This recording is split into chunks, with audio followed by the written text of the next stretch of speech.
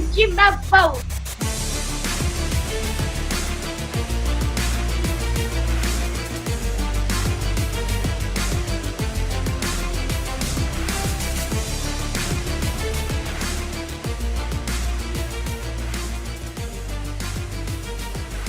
Court is in session with Ryan in Sacktown on If You Don't Like That.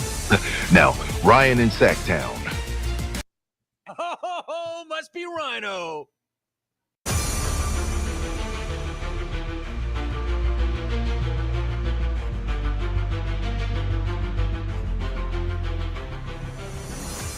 And a good evening, everybody. How are we doing? Are you staying dry? It is pouring rain here in Sacramento, hopefully in LA. It's going to be pouring three-pointers for the Kings and buckets and dunks, whatever it may be. It is the 231st meeting between these two teams, the Kings and the Clippers. We got all the pregame for you here on the other side. We'll tell you who's in, who's out, update you on what's been going on in the building since the Monday night's loss to the Hawks, and much more. Want you to be part of the show. Get up in here right now. You can call the show. You can put your messages in the chat. We will get to those as well. Full coverage tonight.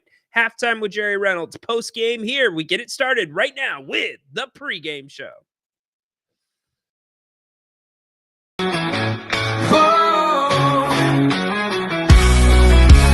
Lights on the screen, hey, it's Grant and Ryan. We bleed purple, talking hoops, never lying. Sacramento Kings, we rise and we fall. If you don't like that, then you don't know ball.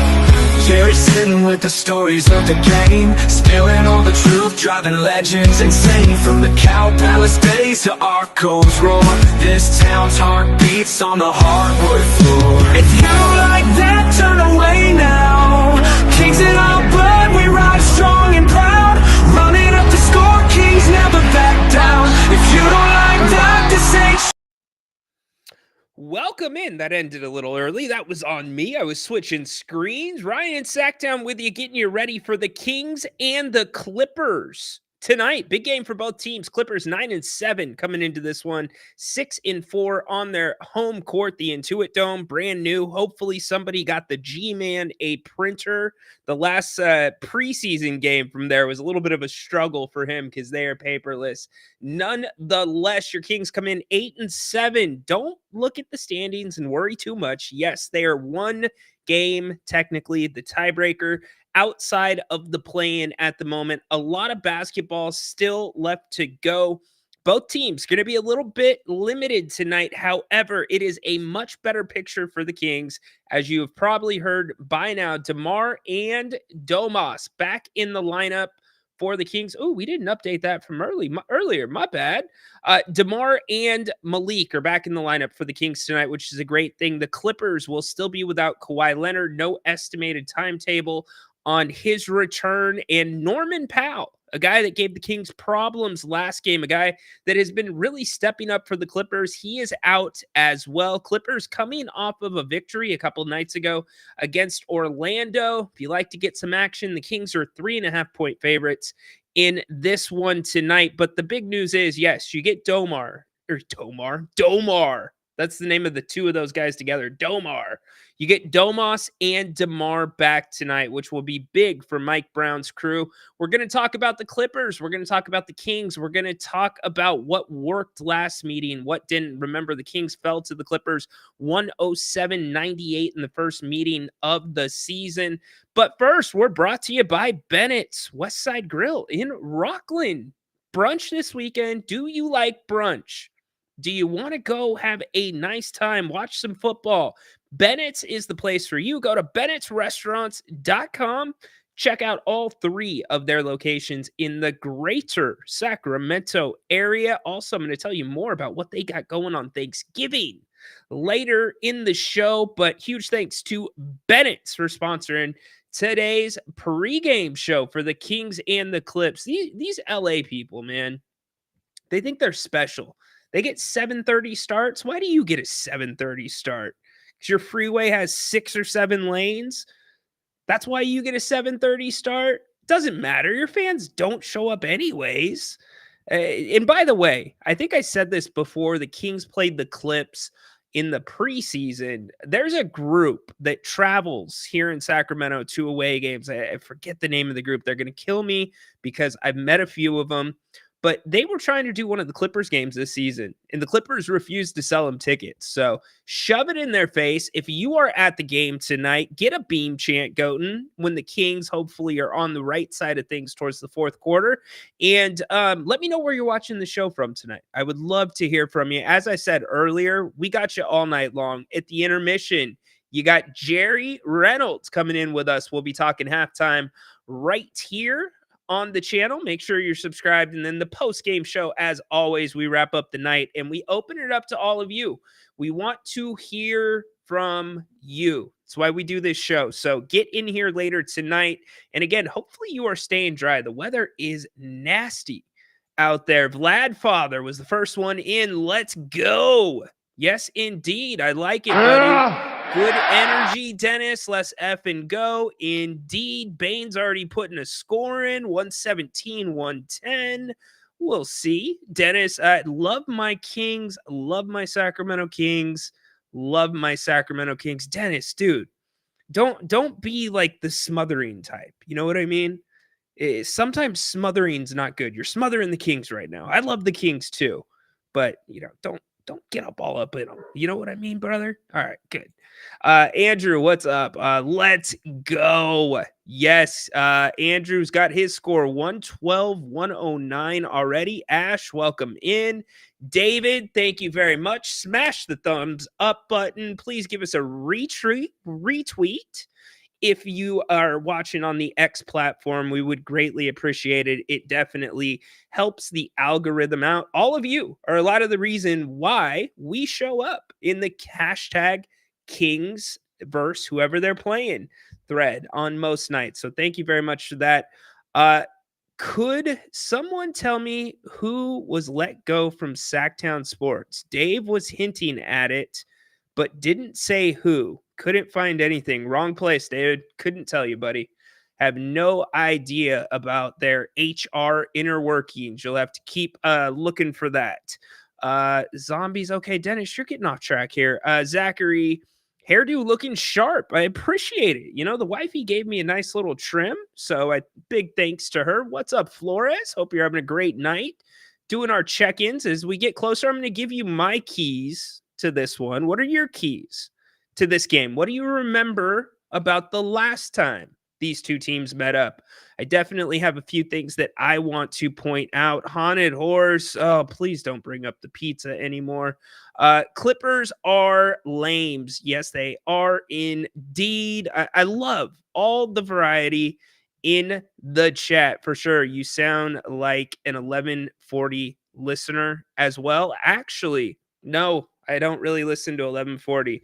I do my best to stay away from any place that talks about the Kings. I want my thoughts on the Kings.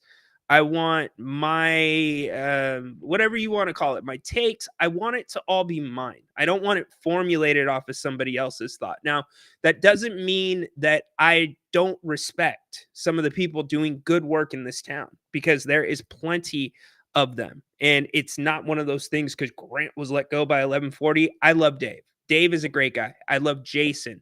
Both of those guys run a great show. Good people. They've been great to me. Love them to death. But no, I'm not a big listener when it comes to 1140. You guys can keep that conversation going on the chat if you would like. Ryan doesn't want his stuff tainted. Yes, if you notice, that is why a lot of times with the King's Court shoot-arounds, they come out before you have even heard a word out of your local radio stations. I would like to be the first word on a lot of things. I don't want to regurgitate takes that have already been out there, or just recite something you've already heard. So anyways, let's talk about the game. That is why we are all here tonight. As I said, the Kings get DeMar and Domas back in not a moment too soon.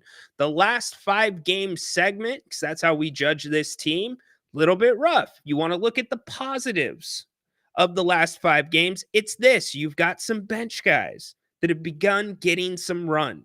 You've got some guys that played themselves a little bit out of their funks. Trey Lyles played over 35 minutes 2 nights in a row, or a couple games in a row, and got some starting time. He seems to be playing a little bit better now.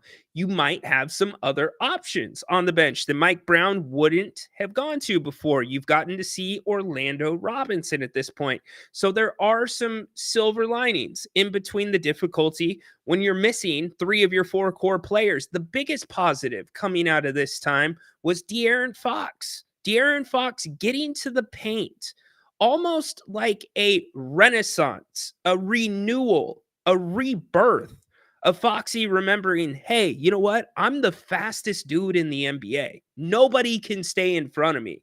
I can shoot the 3 whenever I want. Nobody can stay in front of me, though.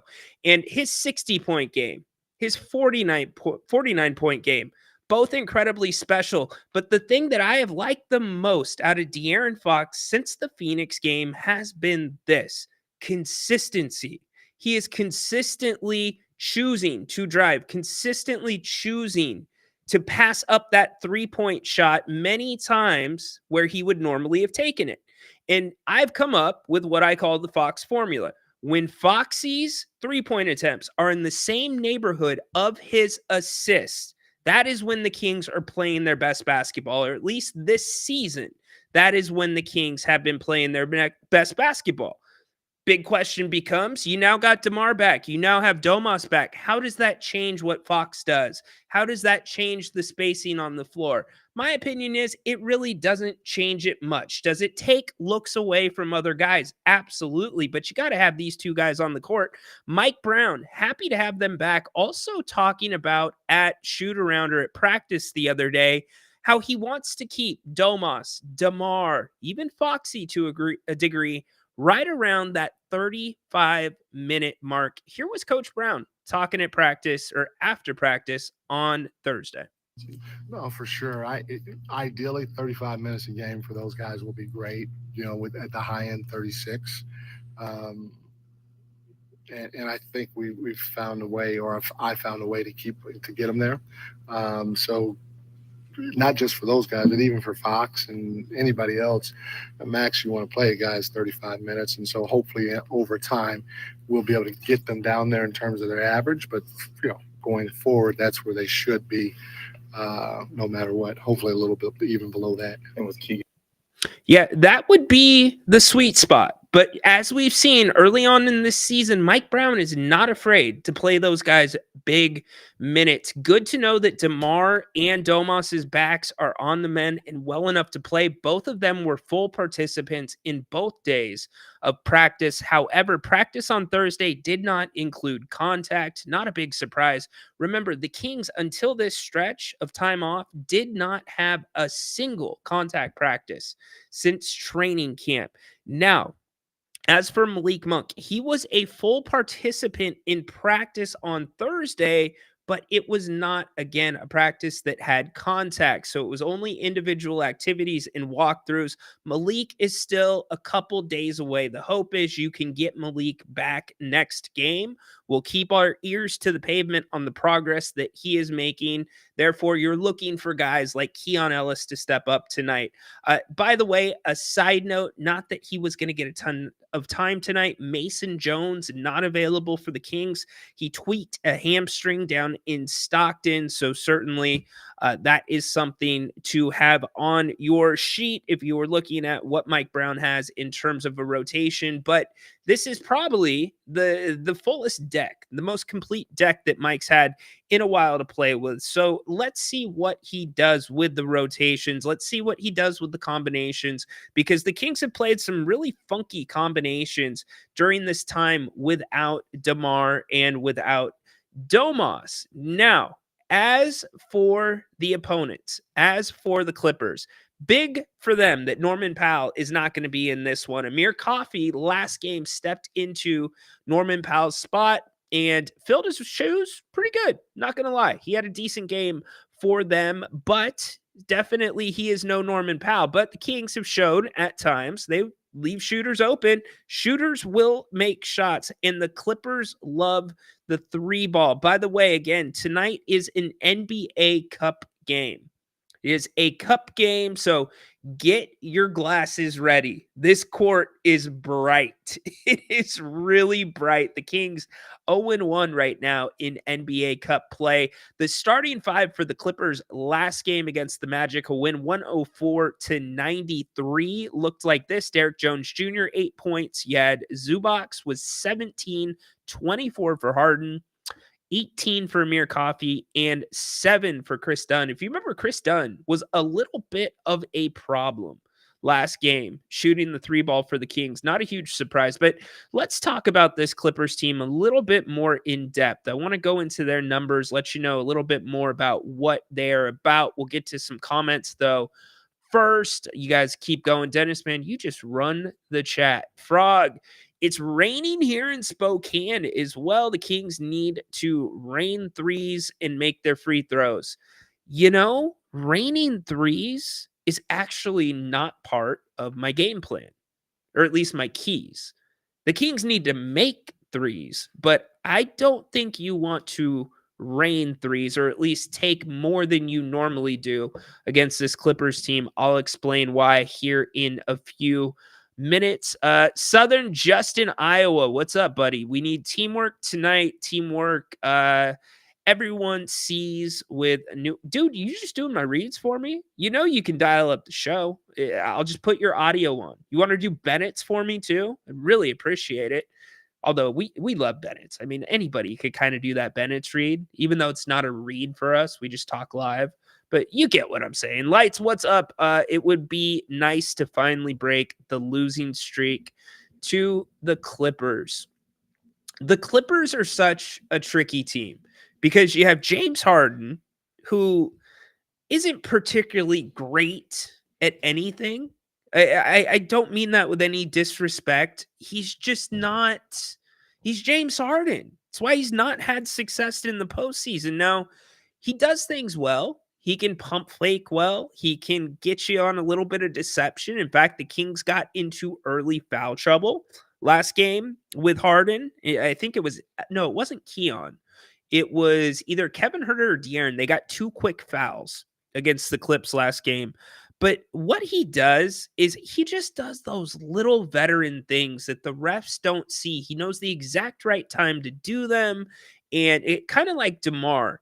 And he can get you in trouble. He can get you to go for the little shimmies, the little fakes. He can frustrate you. Now, conversely, I think Keon Ellis last game was very effective on James Harden. Now, the problem the Kings, and Mike Brown talked about this over the last 3 days of practice, have been struggling with during this time without DeMar and without Domas is their pick and roll defense. It's because pick and roll defense is so much about chemistry and communication as it is physicality. So look for that to be better tonight. In fact, it has to be better tonight against the Clippers because that's pretty much their bread and butter. That is Harden's bread and butter. I thought at times last game against the Clips, the Kings defended them well. And there was some good shot making. However, there was other times where the Kings were not battling through screens, where they were not talking, and things got sloppy because this Clippers team, although their record doesn't show it, they can explode quickly. They can put up a lot of points when they want to fairly quickly, and that is a little bit of what I worry about. Here is their season numbers. If you want to take a look at what they are doing individually offensively. Now, what do they do well? What is their bread and butter offensively? It's the 3-ball. It's what the Clippers want to do. They are not shooting a ton of them. They're only 26th in the league in 3-point attempts, but 3-point percentage, they are 5th in the NBA.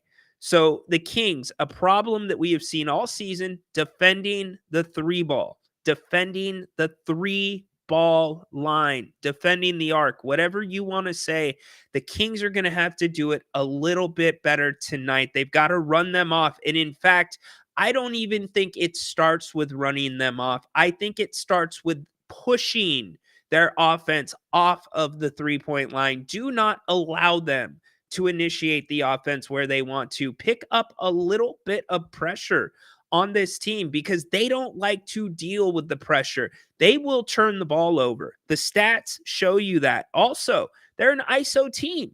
They don't like to swing the ball around. They, in fact, don't like to work on defense. We'll talk about that in a second. They're 20th in the NBA in assists. So the Kings have an opportunity to really cramp down and put some pressure on these guys tonight and make it uncomfortable. And that's, for me, where all eyes are on Keon Ellis. Keon Ellis, to me, is the X factor for this team tonight. Without a shadow of a doubt, you want to look at what the Clippers are doing as a team. You can check it out right there. Now, conversely with the Kings, what can they expose for the Clippers? Here's exactly what they can expose. It's got to be an emphasis. And I know Frog said raining threes. No, tonight to me is the emphasis on the mid-range. It's the emphasis on the paint. And I know Sabonis has had trouble with Zubac before. That's okay. You can still get to the paint and spray it out if you don't have a look. But if you look at what the Clippers do defensively, they are 17th in the NBA at defending the two-pointer. They do not like guarding. That's what I'm trying to get across to you. They would rather let you shoot the three. So the Kings cannot fall in love with the three ball tonight. They absolutely have to push past that. That is where the onus to me is on De'Aaron Fox. Also, steals, how I talked about the pressure at the front end when the Kings are on defense and picking up. You can turn this team over. They are 29th in the NBA with steals in their opponents, meaning their opponents can steal the ball left and right. So if you are the Kings, who are very good, they have open, active hands most nights. I am putting an emphasis there. Also, second chance opportunities if you're the Kings. The Clippers are very good at offensive rebounding. They are very good at keeping their opponents off of the offensive board. So the Kings have to do their best to get more than one look if their shots are not falling. It's a couple of my keys right there. We can talk about some more here on the other side, but a big game tonight for the Kings. They look to get back into the 10 seed, the 9 seed, the 8 seed, whatever it's going to be for the time being, because here's the Western Conference as we sat coming into play today. Get used to it, folks. This is going to be the West for the rest of the season. Now, are the Lakers going to stay up in that area? I don't know. Yet to be seen. How about Dalton Connect, by the way? Holy crap, he is good. How about the Phoenix Suns? Do you expect them to hover around where they're at right now? Is it going to get better when Kevin Durant comes back? What about the Dallas Mavericks without Luka now for a week? In Minnesota, still struggling to a degree with Randall. The bottom line is the Western Conference is brutal. Absolutely brutal. So any win that you can get in the West is a great win. Period. End of story. Now, what that also means is when you play the Eastern Conference, you better win your damn games. That is where you have to pad your schedule. Also, at home, you've got to take care of business at home if you're the Kings. The West is wicked, and as we sit right now tonight, the Warriors up 2 in New Orleans. Remember, New Orleans has a mash unit right now for a squad, but they are still playing hard. Looks like the Warriors are probably going to pull that one out. 1.8 seconds left in that one. They are up 110 to 108. The Rockets, who I do not expect to go away anytime soon, they are up big on the Trailblazers, 105 to 79, halfway through the fourth quarter there.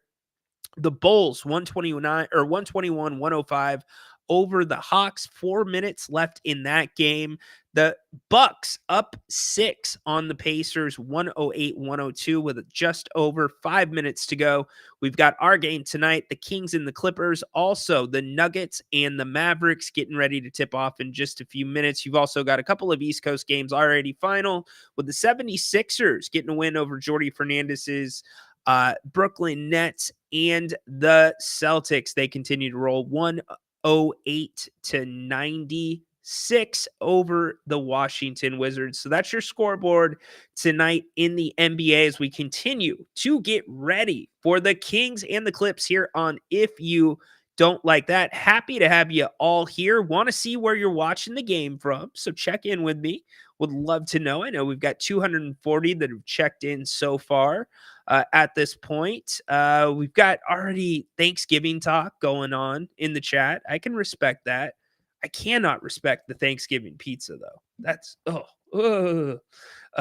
anyways, yes, we need a win tonight. I agree. What's up, Lids? Hope you're having a good night. Haunted Horse stirring the chat up as always. Hey, I got to say, BJ had a great call earlier today on the King's Court. Really good stuff, BJ.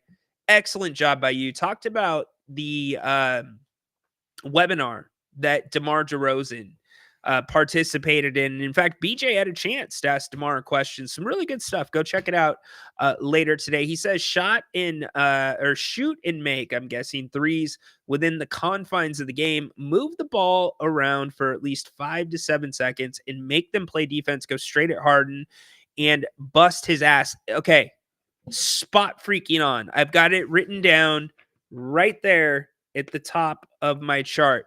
This is a team that you have to make them play defense. They don't want to. They want to give up the three. Make them work. BJ is spot freaking on there. Now, as for the 3-point numbers for the Kings, this is really interesting to me. We've been trying to figure out what the issue is. Why has the 3-pointer not been falling as well? Well, we've seen it come around a little bit better. Trey Lyles playing better. Now, Keegan Murray, that is still up in the air offensively.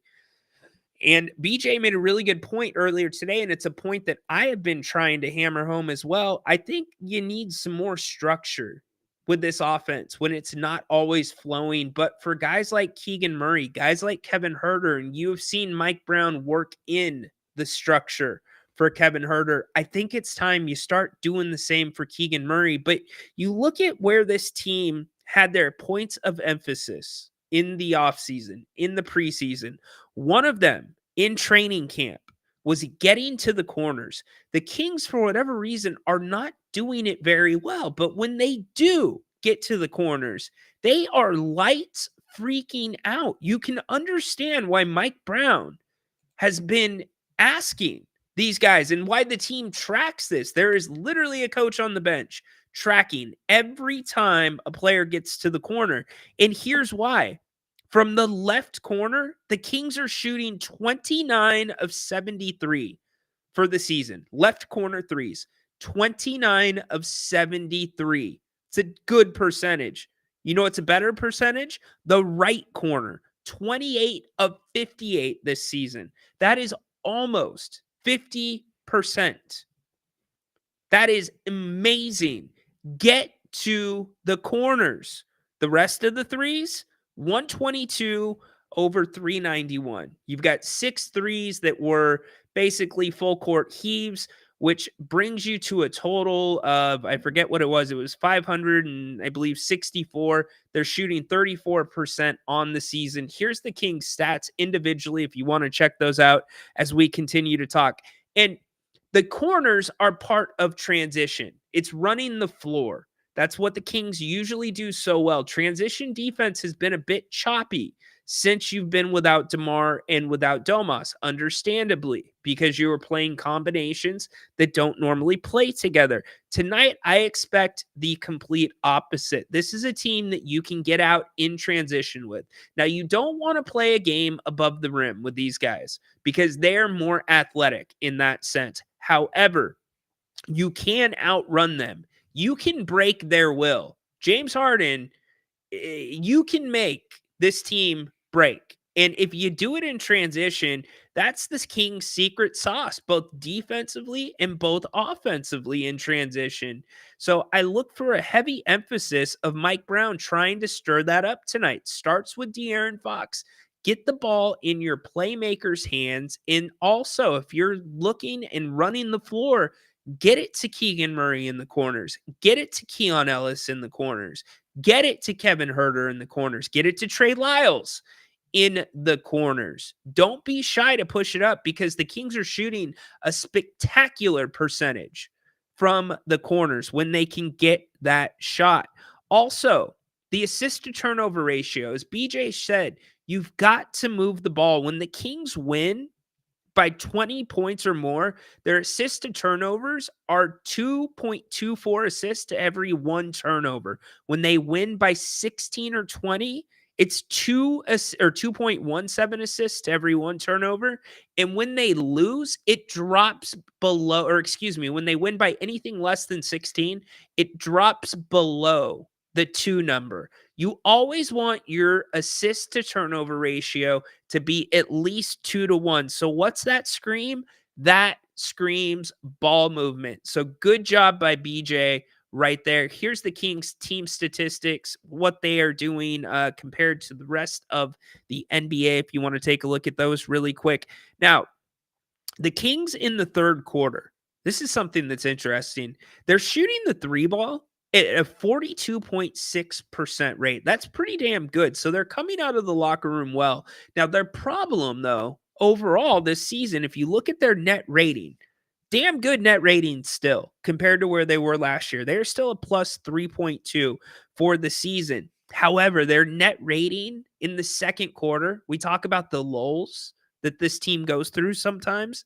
Their net rating is a negative 0.5 for the second quarter all this season. So that is speaking directly to the second unit. That's directly speaking to the combinations that Mike Brown's using in that second unit.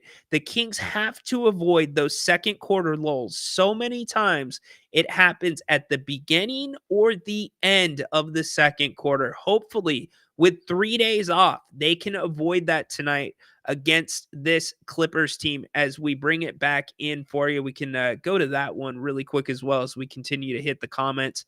But there is a lot to like about this team tonight. I will tell you straight up, this should be a very strong performance for the Kings. Anytime they play in LA, especially against the Clippers, Foxy is a different Fox. I think this team's going to come in rested. I think they're going to come in confident. I think this is going to be a fun game if you are a Kings fan, and I think the beam should definitely be lit tonight. I've got a very good feeling about it because the points of emphasis, again, for this team are all places that are weaknesses, in my opinion, for the Clippers, with the exception of what we talked about, pushing the Clippers off of the three-point line. You got to push them off. Mike Brown is overrated. I don't disagree with you in some areas. I don't disagree with that. I think that's a fair comment. I think Coach Brown needs to have a little bit more structure at times. 100%. I don't have a problem with that. Now, I don't think he's overrated as a whole. But yeah, I think there's things that can be done better. And he was asked that, in fact, during his media availability. Here's Coach Brown. Again, what can the team work on? Yeah, I mean we're always doing that, whether it's off day or not. And that's what I said earlier is it gives us a chance to fine tune some things offensively and defensively, shore up the stuff that we feel we needed to be better in. And one of them is our transition defense wasn't good. And we had an opportunity to work on it yesterday. We had an opportunity to work on it today. Now, I don't want to go into panic mode because we've been a top 5 transition defensive team so far. We've been pretty good. These last 5 games, defensively, we haven't been great. I think we're hovering in the 5-game span right around 22nd, in the NBA. I think offensively, these last 5 games are right around 6th. And so we have to do a better job defensively. And a lot of it was our transition. A lot of it was our fouling, and our transition, our fouling. And then our pick and roll defense hadn't been great. And, the way we defend, we're going to give up some threes. And so that's going to be hit or miss. But those other 3 areas we have control over, and we have to do a better job in those areas. Some of that. They definitely have to do a better job. And part of that's on coaching. I said a couple of games ago, the game where Foxy went for 49 against the Jazz, I said Mike Brown is going to have to be the other MVP of the game, and he was. He saved both of his challenges. He used them at the right time. He called proper timeouts, in my opinion. Good game management. Now, you could question the last loss. It was a discussion we had on the post-game show. Should coach have called a timeout? He had a timeout left. He let Foxy go, which, by the way, the 2-minute report said it was not a foul on De'Aaron Fox. So it's a fair point. I am okay with that. I am totally okay with that. What else? Yeah, the Warriors are probably going to win. Is Grant at Bennett tonight? Grant, unfortunately, is not at Bennett's tonight, but I can promise you, all of you should get to Bennett's this weekend. Their weekend brunch is off the freaking charts, and it is an incredible deal. If you like to have a cocktail at breakfast or a mimosa, you can get 2 entrees and a bottle of champagne for under $50 at all 3 of their locations here in the greater Sacramento area. The West Side Grill is the newest one in Rockland in the Blue Oaks Town Center. Not a brunch person? Not a problem. They've got weekend prime rib Friday, Saturday, and Sunday nights. Also, happy hour Monday through Friday, 2 to 6 o'clock, 60 different wines by the glass. And with Thanksgiving right around the corner, they will be open on Thanksgiving Day. So go to Bennett'sRestaurants.com if you're thinking about dining out and not cooking. You can make a reservation there. Also, you can put in your to-go orders directly on the website, or you can pre-order your holiday meals, your Thanksgiving meals. They go quick. You can let them do all the work. You enjoy the spoils, throw your feet up, watch some football, and hang with the family. All of that and more available to you at Bennett'sRestaurants.com. Bennett's, prime cuts of seafood and steak. Make sure when you go in that you let them know that you heard about them here on If You Don't Like That. Love Brian, love Margot, love the entire team over at Bennett's. Huge thanks to them for sponsoring the pregame show tonight. Dixie. Dixie. Look, I tried to take up for you, Dixie, in the postgame show. I did. We appreciate the super chat, Dixie. But Dixie, unfortunately, because your parents gave you that name, I can't put your name on the screen. Dixie 209. Dixie, if I were you, I would go down to your local government office and maybe get your name changed. If you get your name changed, we will put it on the screen. Deal? Deal. A while back, Katie stated that Mike Brown's rotations are inconsistent because he is still getting used to his new assistant coaches. Do I agree? No. We've covered that a million times. We covered it when it happened. It's complete bullshit. No, absolutely not. Now, do your assistant coaches, specifically Jordy Fernandez, who is your lead assistant, help manage the rotations in the past? Yes, there's a number of assistant coaches that do that in the NFL or in the NBA, especially if you are the associate head coach. But no, you don't get, it's not getting used to your assistant coaches. And I know you're probably kind of trolling me right now with that question. She asked it the other night. But yeah, it's not anything that has any type of credibility. Absolutely not. So, and get that name changed. Come on, get that name changed, Dixie. Get it changed. All right, so let me go over my keys again really quick for this one tonight, and I want to get your final scores as well. Don't forget, we are back at the intermission with Jerry Reynolds right here on the channel. Looking forward to talking to him. He probably had to use the treadmill today. I wonder if Jerry's going to be happy about that. Jerry usually likes to get outside and enjoy the elements. Who knows? Maybe he did get outside. There's been times where him and I are texting, and it'll be cold or like early in the morning. I'm out for my walk, and I'll be like, look, I'm a savage, Jer. Check this out. Look at this weather. And he'll just laugh at me. He'll send pictures in the rain. So who knows? Maybe he got it in. Whether or not he got inside or outside, he'll be here at halftime hanging out with us. And then we've got the post game for you as well tonight, taking your calls. So again, here's my keys to the game. I've got about 4 on each side of the ball. Here's the most important ones. The emphasis needs to be on the 2-pointer tonight. The Kings are second in the NBA at 2-point percentage. The Clippers do not like defending the mid-range and the paint. They are 17th in allowing 2-point percent, or they're 17th at guarding the 2-pointer in the NBA. So make them work. Steals, again, they don't like doing it. So don't give the ball away. Do not have giveaways like the Kings have had in multiple games during the last 5-game stretch. Second opportunities, the Kings have to try to get second opportunities and be monsters on the glass tonight. Pick and roll D. Defensively, the Kings have to communicate, push the Clippers off of the 3-point line.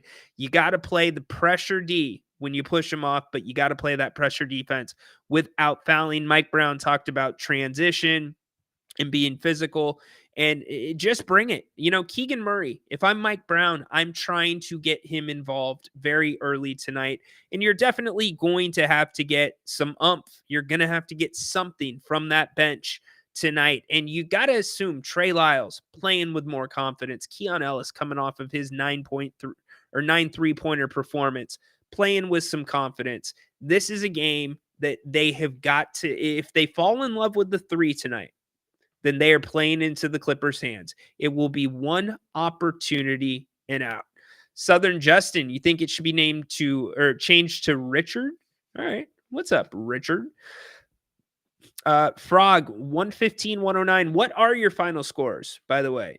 There's no way. There's no way, Dixie. Dixie, that is not your real name.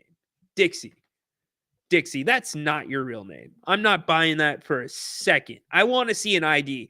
I will put your name on the screen if you send me a picture of your ID. I don't need your personal information. I need the picture. I need to see a photo on your license and the name. Not buying it. So what? Your middle name is Normus? And your last name's 209? The hell? That is not your name. I appreciate the effort. Not your name. Anyways, we always have some fun around here. Finchy, 111-107. Kings light the beam.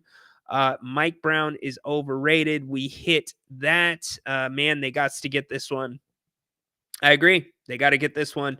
David Washington from Seattle. What's up? Are you a fellow 12, David? Are you a 12 as well? I like it. Let's see. Dennis, the worst part is DeMar is coming back and Domas is coming back? Why is that the worst part? So how can Keon build on a 33-point game? You don't need 33 points from Keon. You've got DeMar and Domas back. That's the point. You just need a good game off the bench. If you get 20 from one of the guys off the bench and you've got one more in double digits, you're doing okay. You could easily in a game like this get 15 to 20 from Trey Lyles, 15 to 20 from Keon. Easily. Definitely. Especially with the minutes. I'm telling you, I will come on here and smash Mike Brown. I will crush Mike Brown at halftime if Keon Ellis is not part of his rotation tonight. Because the last time the Kings and the Clippers played, Keon Ellis had never guarded James Harden. That was the first time he had guarded James Harden. He made things tough on Harden the rest of that game. In fact, as I look back from my notes, I'm not making it up. See, there's my notes from the last time these two teams met. The negatives were the fast break points. So we've been talking about transition. The Kings only had 7 fast break points. You got to make this team run. The Clippers, again, they're ISO based. They don't want to get up and down the court and work on both ends. If you make them work on both ends, you will wear them out. Offensive rebounds, they allowed too many. They gave up 12 of them. Defensive rebounds were a problem as well. Fox had 7 turnovers. So again, we talked about De'Aaron at the start of the show. The Fox formula is the formula for a Kings victory. It's not falling in love with the 3-pointer. It is having 3-point attempts right in the same neighborhood as assists. Because if his assists are right in line with his 3-point attempts, that means everybody on the floor is touching the ball. And that is so important for this Kings offense. So looking forward to it. It's going to be a fun one. Getting ready to start here in just a few minutes. Kings and the Clips. Battle of a 9-7 Clippers team and an 8-7 Kings team. 3.5 point spread in favor of the Kings. No Norman Powell, no Kawhi Leonard for the Clippers, no Malik Monk for the Kings. Also no PJ Tucker. That was expected though for the Clippers. And again, fun one. Your Kings should be rested. They should be ready to go. This is not a big home court advantage. This is not a long trip. This is a business flight. This is a toss across the state. The Kings should have no problem tonight.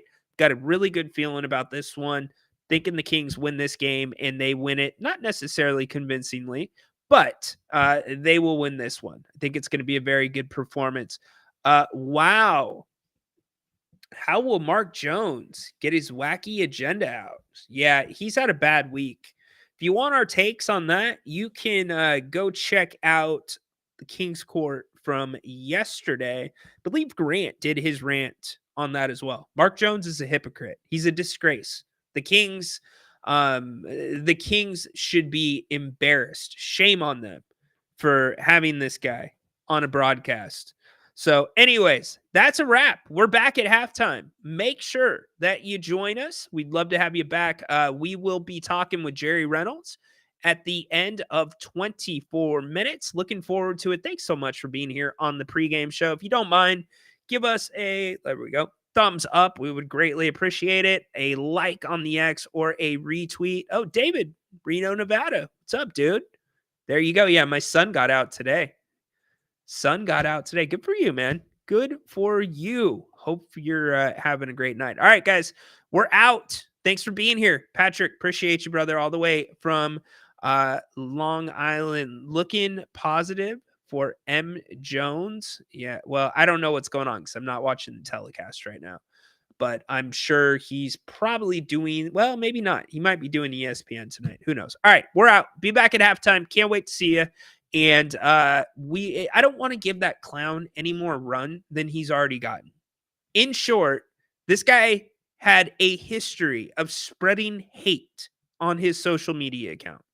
Spreading hate. Yet he is getting off social media because it's a too hateful place. There's too much hate on social media. You know what you do if you're somebody like Mark Jones? And by the way, who the hell does Mark Jones think he is? Is he so important that he needs to announce to the world that he's leaving social media? I didn't realize that was going to shift the stock market and change the balance of the internet. What he should have done is turned off his account and walked away without saying a damn word. But instead, he put his foot in his mouth and reminded everybody of all the hate he has spread on social media. So in short, him walking off of the X platform means the X platform is a better place. There is less hate. So goodbye, Mark. So long.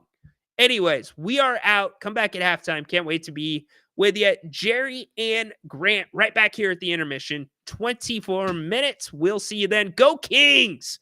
Like the damn beam. Hope we are talking about a victory and a great first 24 minutes. So long for now. Talk to you soon.